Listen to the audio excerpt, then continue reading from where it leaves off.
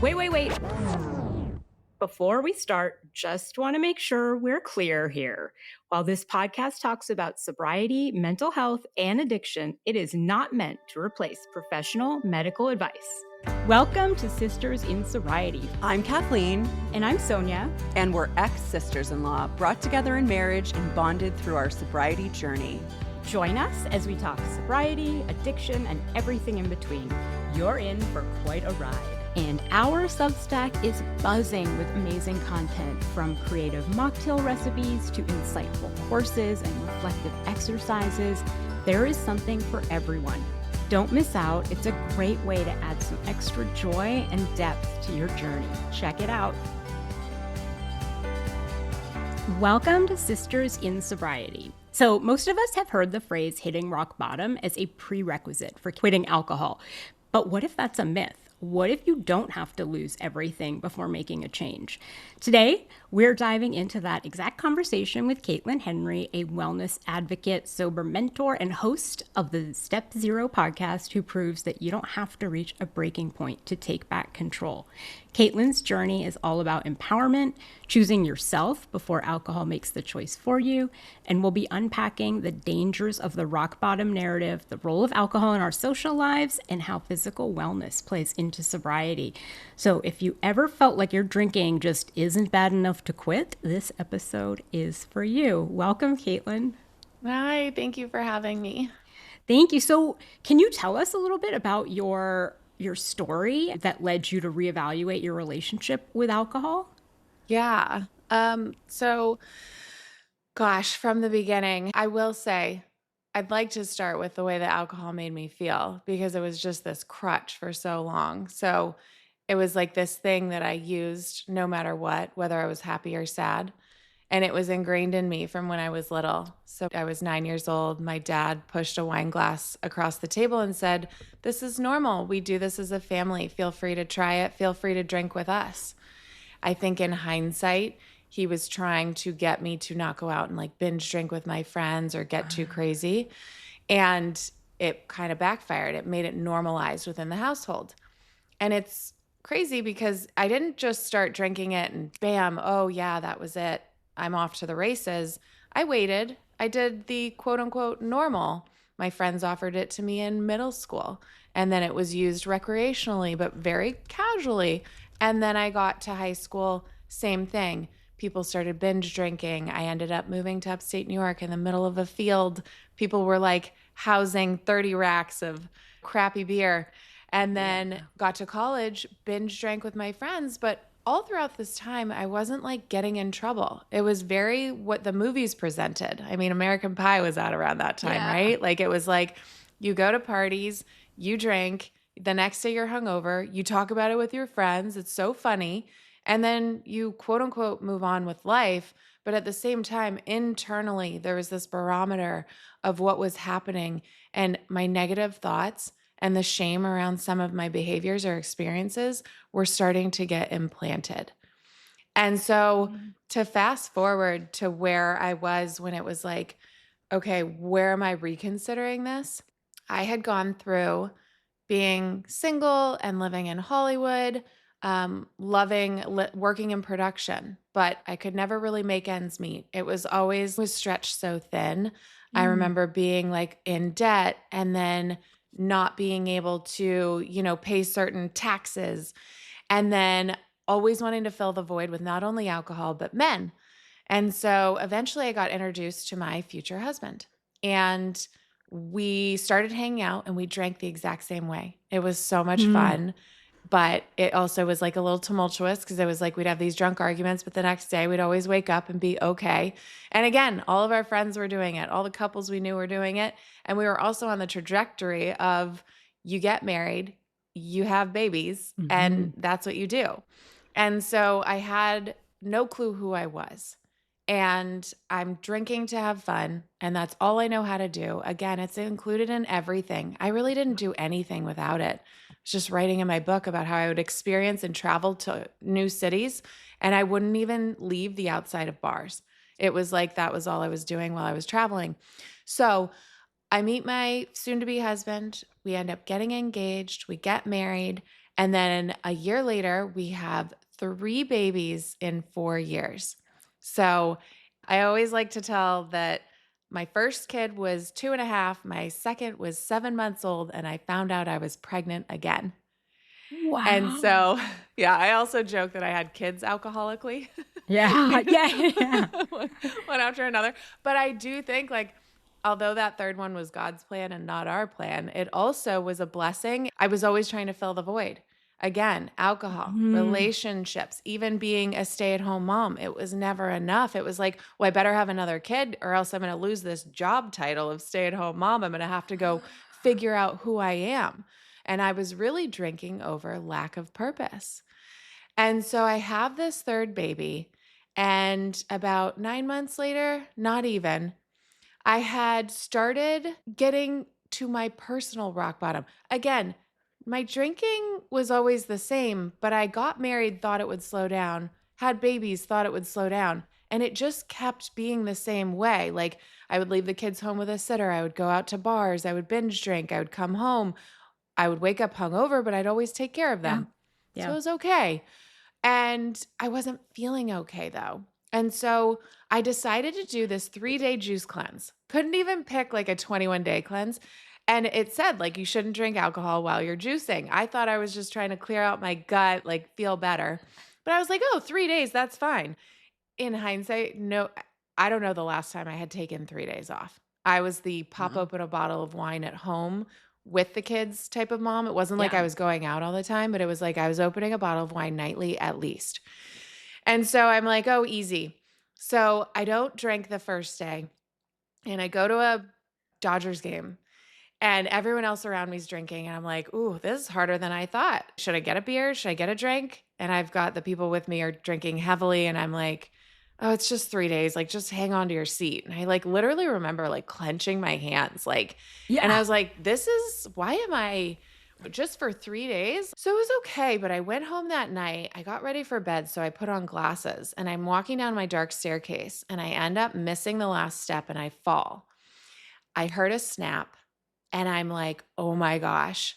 My husband at the time runs down the stairs and he's like, are you okay? I'm like, I can't move. I don't know if I can walk on it. And I had been heading down to get the juices. So he said, I'll get the juices. You go back to bed. So I went back to bed. It starts swelling. It's black and blue. And I'm like, it's fine. Everything's going to be fine.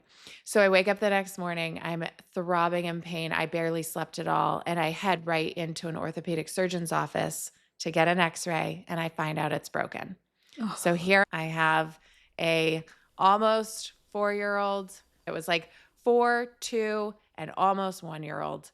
And I'm like, I have a broken foot and I have staircases and a household to take care of. And so I get home, I have this boot on, I'm on crutches, and we had finally gotten the kids to bed. I was scooting on my butt all over, like just trying to figure it out.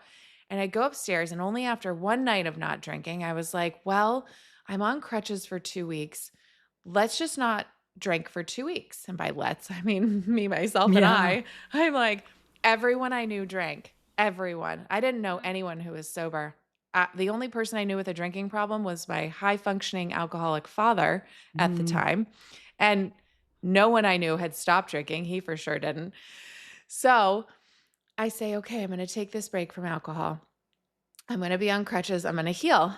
And then literally same night, not even the next day, I'm going to turn on the TV and I'm staring at my wine fridge. And I'm like, wait a minute, I really want a drink right now, but I just told myself that I wasn't going to drink. I didn't tell Mhm. anyone else. I didn't even mention it to my husband. And I popped open my laptop and I thought, this is a weird feeling. I don't know what to do. I'm not an alcoholic. Like, I don't have a real drinking problem, but why am I craving alcohol so much right now? And I Googled girl that feels like alcoholic but isn't one. And I literally, this host of information came up and it said gray area drinker Yeah. and sober curious. And at the time, this was 6 years ago, maybe almost actually 7 because it took me a little bit. So there was information, but not like there is today. So I just want to Mhm. say, like, thank you for doing what you do and for this sober community of people that are online and speaking their truth. it's amazing to see the progress in 6 years. But there was enough information. There was Holly Whitaker at the time. She was just up and coming, hadn't even come out with her book, Quit Like a Woman. There was, gosh, so many people talking about, so what a gray area drinker and what sober curious meant. And like sober curious is when you're curious about sobriety, but you're not willing to give it up yet. And then gray area drinker is when you realize there is a problem with alcohol in your life and you're also curious about stopping drinking. You're right on the cusp of being like, does this serve me or not? And so I did all this research. I'm going through, I'm keeping it really private.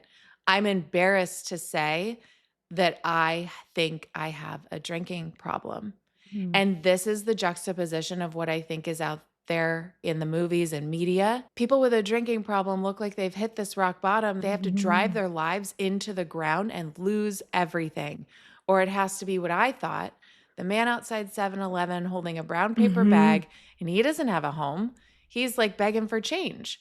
But now I know an alcoholic has so many faces and can look like anything and anyone, any ethnicity, any race. Like, it doesn't matter. This thing hits humanity in this really insane way. Had you ever looked at your dad and thought he had problematic drinking, or were you looking just at his high functioning and thinking he just likes to drink? It's not a problem. Yeah. So I think for a long time, it was, this is the way we drank. This is normal. And then when I got old enough, I started to notice how much he was drinking and how it was having an impact on the family. I'm actually writing a book right now, also called Step Zero, same name as my podcast. And it's a lot of it intertwines my dad's drinking and the way that his progressed, because he was into his 60s by the time I was considering getting sober. Okay. And I had this experience where I had my third baby, and right away, my mom came to visit. She was helping me take care of her. And we tried to call my dad one day just to say hi, and his phone was completely off. And it was like, unless he's like flying on an airplane, his phone wouldn't be off. So we get a neighbor to go check on him, and they had found him on the floor. He had drank so much, and he had ended up taking sleeping pills the night before. He took one, but the first, what's it called, on a sleeping pill bottle, like the reaction you can have is suicidal ideation. And so I think the next day he started drinking so much, mixed with the one sleeping pill, that day he ended up taking a bunch. And I think in hindsight, all these things, but he had financial fear. I don't think he had intentionally meant to do it, but he did it. And they found him on the floor, black and blue, and they rushed him to the hospital. And if we hadn't called to check on him, he wouldn't have survived that. And so afterwards, you would think that's his rock bottom. He's going to reconsider his relationship with alcohol. And while he told us he was going to start monitoring, he was going to have one glass of wine at night instead of drinking. At the time, he's drinking morning to night at that point, going to sleep with, a glass of something by his bedside that he would hide with orange juice. And so when we had that experience with him, my aunt called me and she said, I've dealt with this in the past with other family members. Try Al-Anon. So this was after my third baby, before I broke my foot. And she said, try Al-Anon. So Al-Anon is for people affected by someone else in their home drinking, not even in their home, in their life, right? And so I said, no, I'm too busy. I'm breastfeeding. My mom just had to leave. I now don't have her help. So I waited. But in August, I had started Al-Anon. In October, I broke my foot. So I think that Al-Anon helped me. I was going once a week, and I was working on my dad, and I was pointing the finger at him. And meanwhile, those three are pointing back at me. That's what they say. And I'm doing this work, and I'm slowly progressing through reading some literature. And then I break my foot because I think God was like, she's still not seeing it. Yeah. There's this magnifying glass, and she's still blaming him. And I think, honestly, God broke my foot to get me to wake up and to have this like your unconscious meets your consciousness moment where you get this mental clarity. And so, yes, when my dad was drinking the way he was drinking, it absolutely like spearheaded me reconsidering my own. It was like this Yeah. mirror for me. I want you to change. I don't want to have to change. And I would journal and journal and journal and write these things. I'm so upset with my dad. I can't believe what he did. Even my now ex-husband, my husband at the time, I would journal like, he's over drinking. He has a Mm, problem. He's going to bed and doesn't remember what he did the next day. But it was never me because everyone around me was drinking worse than I was. yeah. So again, it was like, I don't have a problem. I didn't hit rock bottom. Yeah. So yeah, I feel it's this. like, I went through something really similar with my brother, and I watched him for decades drink what you would call alcoholically. And as my drinking was ramping up, and so I didn't see it. It took years after he even got sober for me to see it. I was probably like you, where you're comparing and you're saying, well, I'm not the one lying on the ground with the sleeping pills. yes. And I kept doing that. I would pick these little things that I would see him do and say, well, I'm not doing that. Yeah, like sleeping with the glass beside the bed. I'm not doing that. I would never do that. And Yes. so it is interesting, it's more interesting that you were in Al-Anon. Yes. So I like to say I got to AA through the back door. So Al-Anon being the back door and then AA. And I'll just say, so I was, had this broken foot, doing all this research. I jumped on the internet over and over to be like, okay, these people feel the way I do. I bought Quit Lit books, which are The Unexpected Joy of Being Sober, This Naked Mind. I was filling my brain with this information so that I stopped filling my glass with alcohol, but I was still powerless. I still would have cravings. So there were two different occurrences where I was taking a break from alcohol, but I drank again.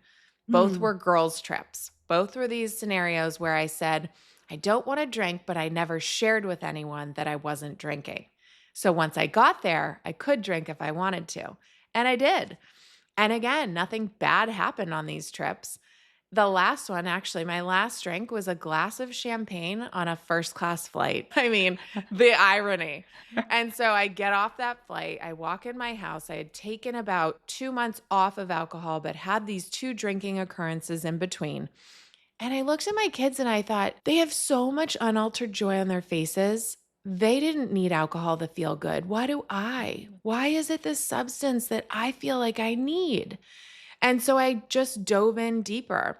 I dove into my spirituality. I got trained in Reiki 1. I looked into life coaching programs. I was doing psychic play dates was something I just found in my journal where you go and you like see if you have like in tune ability. I think everyone has these things where Yeah. we're a little scared to go explore. I was, raised in a church and I didn't really know what my spirituality looked like. I wanted to mesh all of them together and I had never really tried. So I started reading A Course in Miracles. Like there's so many things I would start to fill in instead of filling up with alcohol. And then I started to have like at night, I needed to hold something in my hand. So I would make tea. And I realized that the habit was actually just holding a glass. It wasn't even the alcohol, but I had never been taught to make tea before bed. And so over time, all these things were great, but I still was lacking something and I didn't know what it was. And so for the last time, I got on the internet again because I was like, I'm not going to AA. I'm not doing it. I'm Yeah. not an alcoholic. That's not what I look like. It was still ingrained. Again, I do blame society. I blame family members, everyone. The stigmas are not true, but I needed to hear it. So I got on Facebook. I type in sober. This guy from my youth, fourth grade, he popped up and it said 8 years of sobriety. I'm so grateful, like for my 8 years of sobriety. And he posted like a chip or something. And I thought, I haven't seen him in 20 years, but he was such a good buddy when I was little. And I saw he was living locally to where I was now. And I direct messaged him and I said, I am trying to stop drinking. I've taken a break for 3 months. I don't know what to do. How did you make sober friends? Maybe would you want to meet for coffee?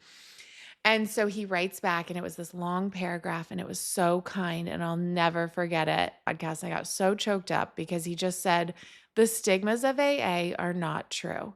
It's how I got sober. I go to meetings. I found a community. You should try it.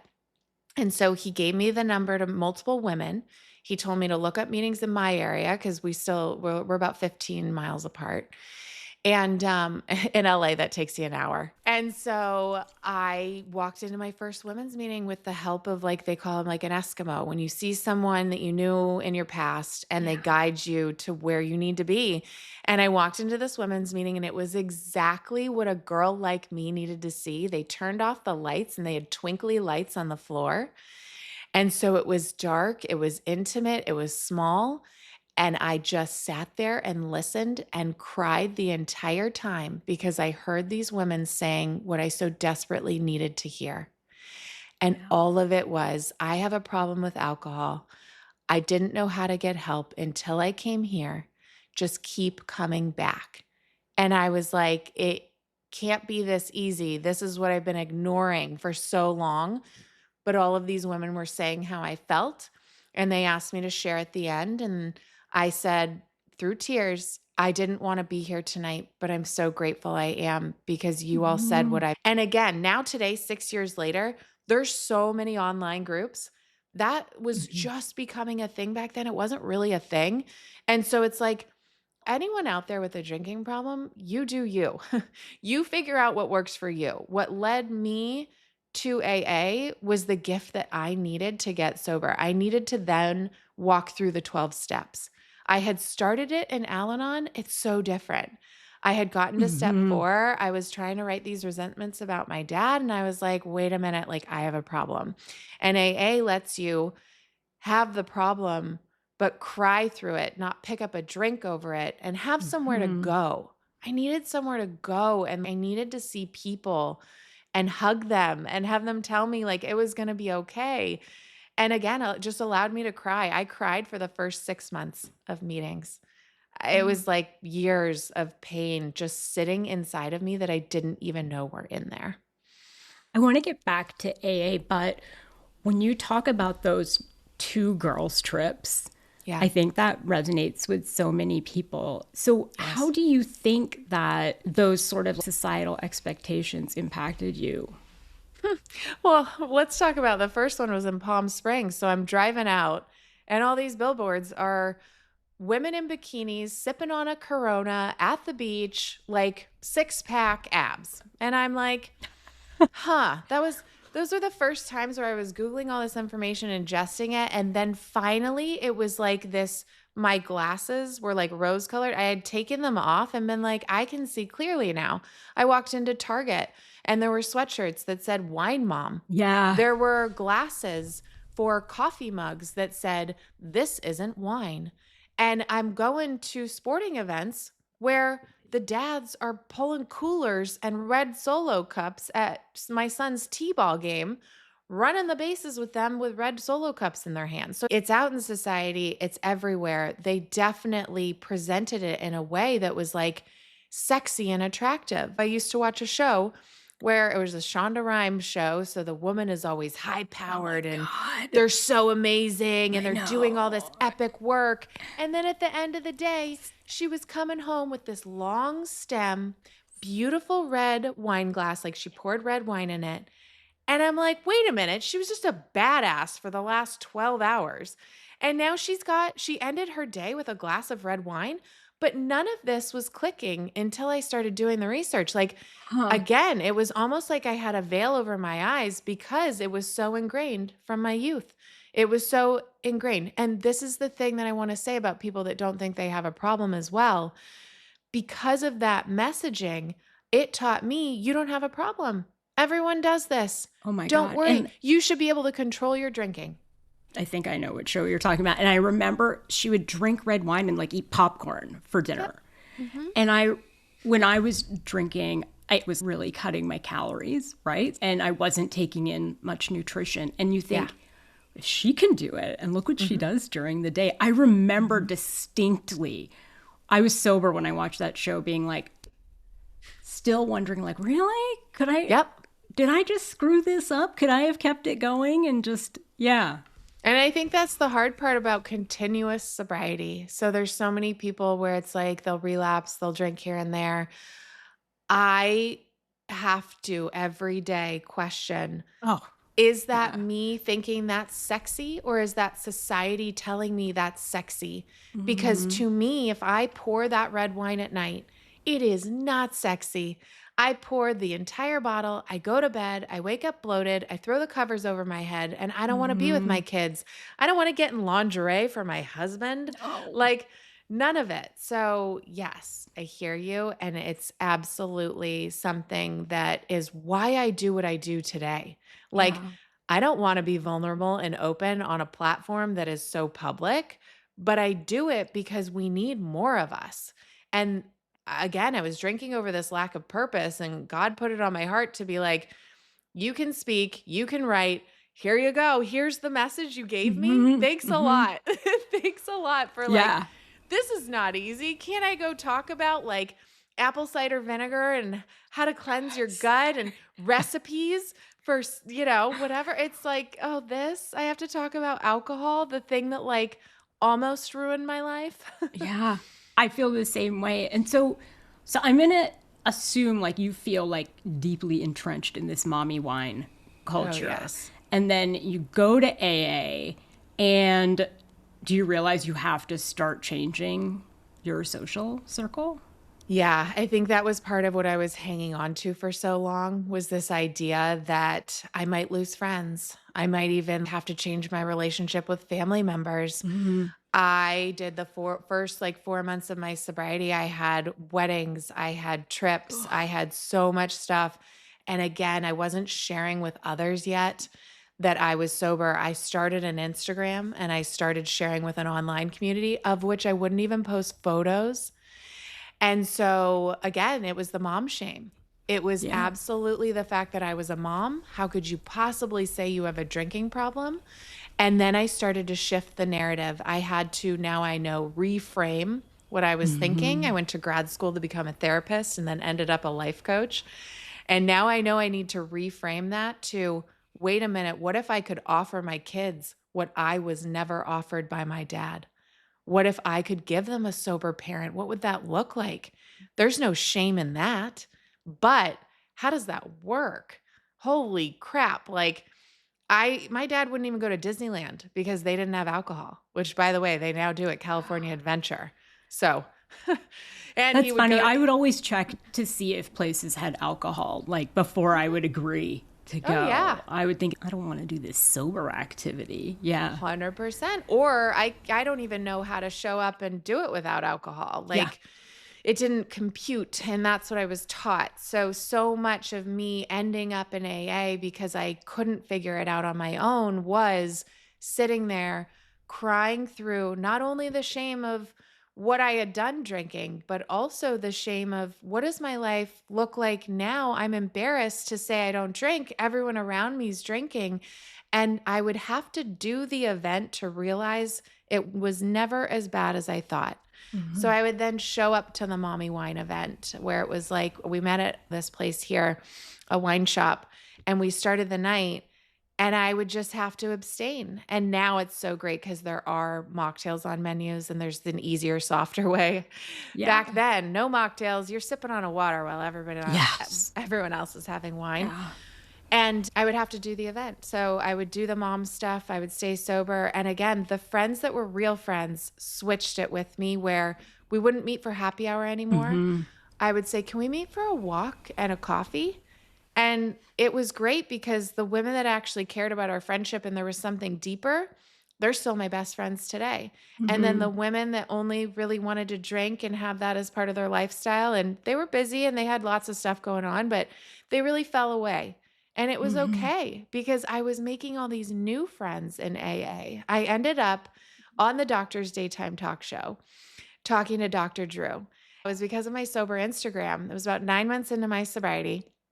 And he said things like, you were an incipient of alcoholism. But he was like, it's that you're not an alcoholic yet, but like you have it in your blood and your family. Yeah. And so it's possible. You need to watch it.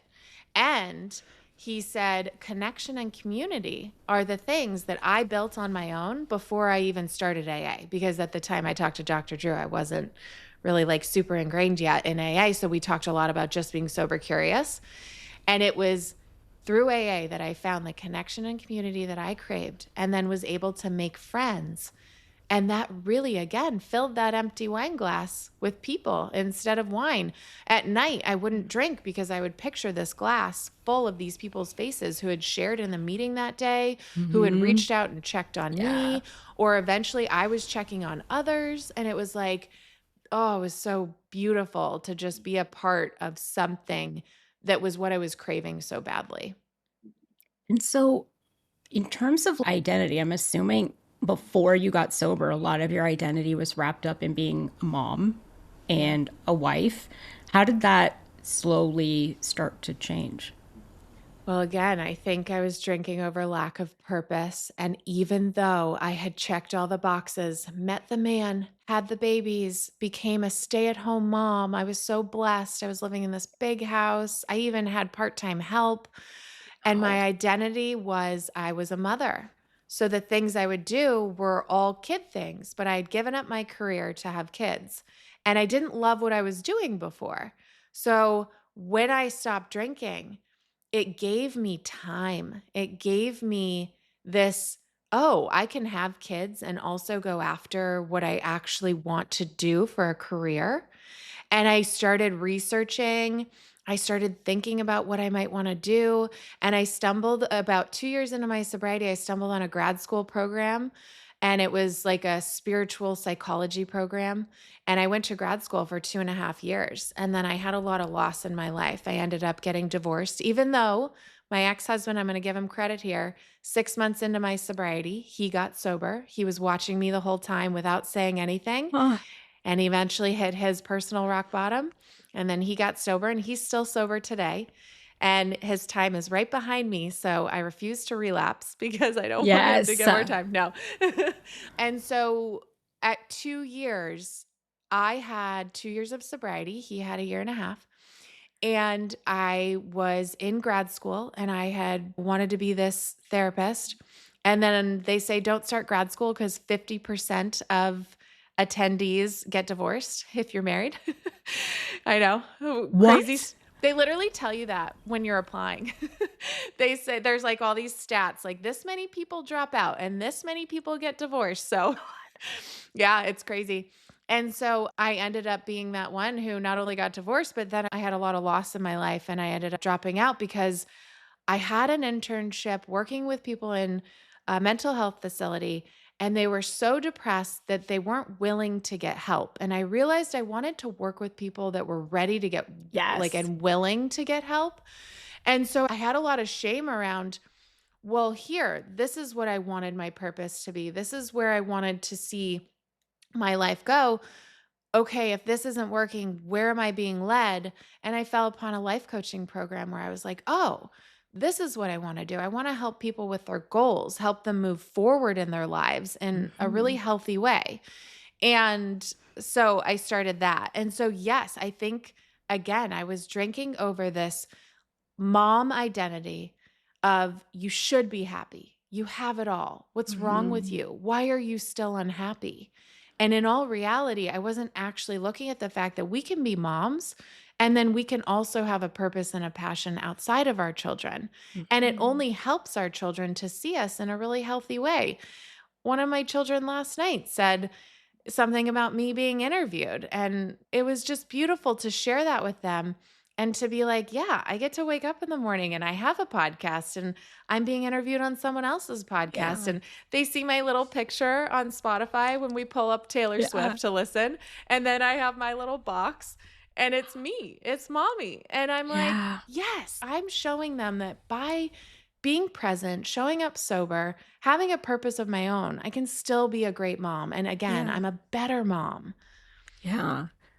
Can we talk a little bit? Because this happened to me that I got sober and so did my husband at the time. And he didn't really do the work of sobriety. He really just stopped. And he was more of a weed smoker. And our relationship ended. And so I think that in my mind, I thought when you get sober, your relationships improve. This could only get better.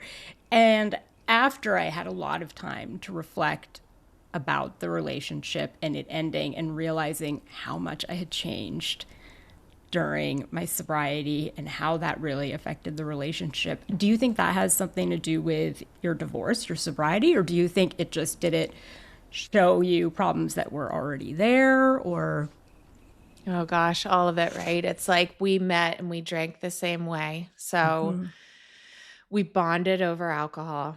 And then when I removed alcohol from my life, again, I like to say it in that way, like I chose to remove alcohol from my life.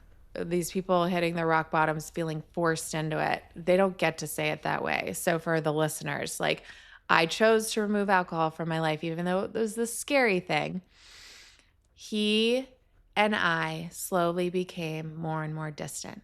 Now, he was so supportive. He was so great about it. He definitely questioned. You could see the look in his eyes like, is this forever? I don't know. And I was sharing that I didn't know if it was forever. But anytime I was brave enough and willing to open up to him about how I was feeling, it would make us closer briefly. But then it would go back to, I'm starting to make all these new friends. I have this new community. I'm finding relief in something where I was feeling so heavy and so bogged down. And now, yes, recognizing the problems in our marriage were being highlighted because I wasn't numbing them with alcohol anymore. I wasn't drinking over them. But there he was for the next 6 months, still drinking the way he drank. He took a short break with me, like the dry January. He pulled it into March. And then he had his 40th birthday and he started drinking again. And it was excessive. It went right back to where it was before his break. And it brought him to a rock bottom that was really low, way lower than mine. And so after he went on a trip and came home, he told me, I don't feel good. I need your help. I need to get sober. And that was 6 months in. And so when he got sober and then I was sober, our relationship also transformed. I was like, okay, we're going to get closer. And now he's going to know what it's like to be in the program. Now we're going to work through the steps together and he'll just be a little behind me. And it was nice. It just didn't fix it. It wasn't the thing. I thought, okay, now I'll be happy in my marriage. And I wasn't telling anyone I was unhappy, but we had had experiences from when we first got married until that about 6 years later where there was rocky points. There was couples therapy. There was stuff going on. But again, we always left couples therapy early and go out for drinks, go out for dinner. And so he got sober again, kind of highlighting lots of other issues in our marriage, but we both were so scared to lose one another that we just kept hanging on to our sobriety and hanging on to the step work. And even after doing our 4th step, our 5th step, and then you work on things to do step 9 with people in your lives. You do your amends. So when I brought him my amends, I told him things that I had never told him before. He told me, he ended up divulging things he had never told me before. And then he was already sober. So I was like, perfect. We're now like the Twin Towers. We've fallen. We're rubble. We're going to rebuild. Yeah. And I gave it a year and a half more. And it just wasn't working. And I knew I wanted to drink again after 2 years of sobriety. I realized that there was this fork in the road that I wasn't taking. And the other path was to leave my now ex-husband. And so I like to point that out because after you get sober, it's emotional sobriety. It's doing the work and not drinking over it. Like you were saying, doing that inner work was so important to me. And I thought, it's going to feel worse to drink again. I just have to do the thing I don't want to do. And I did it. And now we've, been separated and divorced, I think 4 years in May. And it's been ups, downs. I had a lot of loss the same time. I ended up losing my alcoholic father, passed away 2 years ago. And it's always the inner work. It's always, what is this bringing up for me? And I don't think God allows some of this stuff to come in right away because we're not ready for it. But it's almost like the more sober time you get, the more my higher power knows, okay, I'm going to drop this in your lap. You're going to work on this now. But it's no longer peaks and valleys. It's just this wave. It's like sometimes it's up, sometimes it's down. But with my support, my community, my sponsor, my partner, I get through it much easier. If you look back at step 9, do you have any regrets about how you handled it? Or do you have any advice for people on how to handle it? Step 9 is my favorite. It'll be a big part of my book because it was so transformative. It was really, they say a lot of people are like, step 5, where you divulge everything, you feel so much better after. I never felt better after that. I felt better after my amends, after I did the thing I didn't want to say. And so my advice is start with the step work, go from beginning to end. Don't try to go to people in your life right now. If you're just sober curious and you're like, I need to run out there and apologize to everybody for all of my behaviors, that's not the way it works. I'm so glad I went through the process in order of what it was supposed to be and how I was supposed to work it out. I was very methodical about the way I did it. I wrote it out on 2 or 3 pages. I took my, again, now ex-husband down to the beach and I read it to him. And there's this thing in the book, the big book, that says, if your amends will do more harm to the person, Yes. you don't have to do it. And I thought long and hard about that because I didn't want to just do it and ruin everything. I had no clue what would happen. I wanted to do it because I knew the relief that I would feel not lying to him about anything. So I said lots of things. I said things about how I apologized for being around our children drunk, for not caring for them in the ways that I wish I could. And then it's so much longer of a story. But basically, when I was 6 months pregnant, he cheated on me. And that was with my firstborn. And I brushed it under the rug. I pushed it under. I wasn't pregnant anymore. And again, I stayed sober through my pregnancies for those listening. So I thought I didn't have a problem. I started drinking the second I wasn't pregnant anymore, the way I did before. And I think I was brushing it all under the rug. And so when it came time to do my amends to him, I had had an affair in between. So he cheated on me a couple years later. I end up cheating on him. I'll bet brief. Both of ours were very brief, not methodical, not like pre-planned, but I did it and he never found out. So I had known about his. He told me like a couple days later, he just couldn't hold it in. But I had to live with that at 6 months pregnant. So I have a lot of work I do there too about just what I processed through the time of being pregnant. And so again, a year later, I get my body back. I have my thing, but I never told him. I brushed it under the rug. And about a year after that, we had our second baby. And then again, 7 months after that, we have our third baby. And then again, I don't even realize that I'm drinking over this. I don't realize that I'm drinking over the shame. I had cut it off. There was nothing going on. I was fine. We had a little happy family. He did it to me. I did it to him. It'll be fine. But it wasn't until I did the step work, said everything to my sponsor that I had never said to anyone out loud. I hadn't told one girlfriend. I hadn't told anyone. Wow. I wouldn't even tell my therapist. I like to say that too. It wasn't until That is deep. Yes. And it wasn't until I told my sponsor. And then they looked at me and said something similar that had happened to them. And I thought, it wasn't that big of a deal. I said it out loud and I didn't die. Yeah. And so a couple months later, when I'm doing my 9th step, my sponsor and I talked a lot about it. And I said, I really want to do this. I really have to tell him. And they said, if that's what is going to keep you sober, then let's do it. And so I took him down to the beach and I told him, and he forgave me really quickly. I'll never forget. He kind of walked away for a second. He thought about it. He walked back. There weren't any tears. I was bawling. And I thought, if this is the end of my marriage, oh my God, what am I going to do? And he said, I forgive you. You know what I did to you years ago. I was the first domino. He called himself a domino effect, and he didn't blame me. And he said, as long as we're honest with each other moving forward, you're sober now, I'm sober now. Let's work on this. And then that night he came to me and he admitted that when he had his rock bottom 6 months prior, he had cheated on me again. Oh my God, this guy. And yeah. And again, after that, I gave it a year and a half. I still, because I was like, we're now sober. We're never going to do that again. We won't hurt each other like that again. Everything will be fine. We got married. We said vows. And again, this culture of you have to stay married. It's for your kids. And I thought, I can't do this anymore. I'm dying inside. Every time we were intimate, it would just be cringeworthy because of everything going on in my head.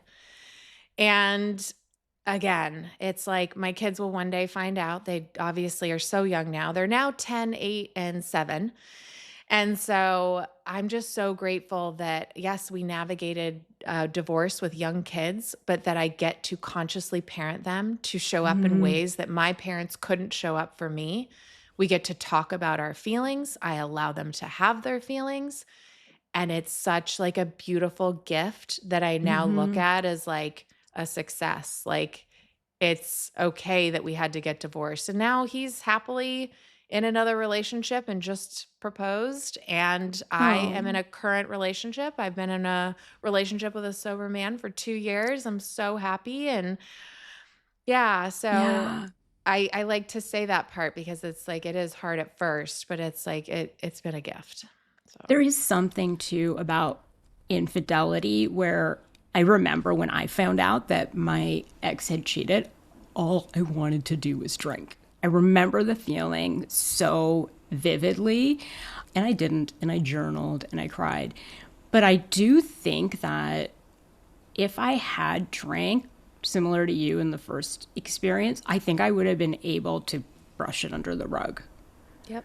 If I was able to sort of numb out a bit and not, like if it wasn't cringing you out. And so I remember thinking too, I was like, oh, we can never get back together because I won't be able to forget it. I just can't. If I drank, I might be able to. But yeah, sober, hell no. I talked to a coach who said, can you imagine that before this lifetime, you and Ryan were sitting at a table up in the heavens, wherever we are, and you and Ryan sat down and said, we're going to get married, we're going to have 3 kids, but I'm going to do something so bad, so awful that you are not going to be able to stay with me, but it's for your growth. It's so that you can grow. Oh my God.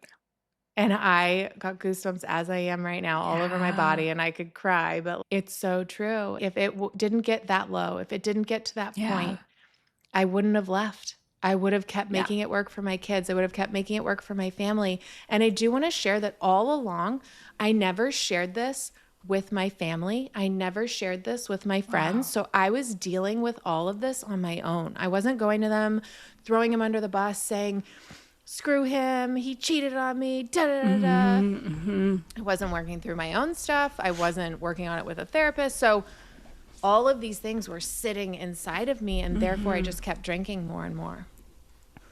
Yeah, one of my proudest moments is getting through the cheating sober. Yeah. Because it was so hard.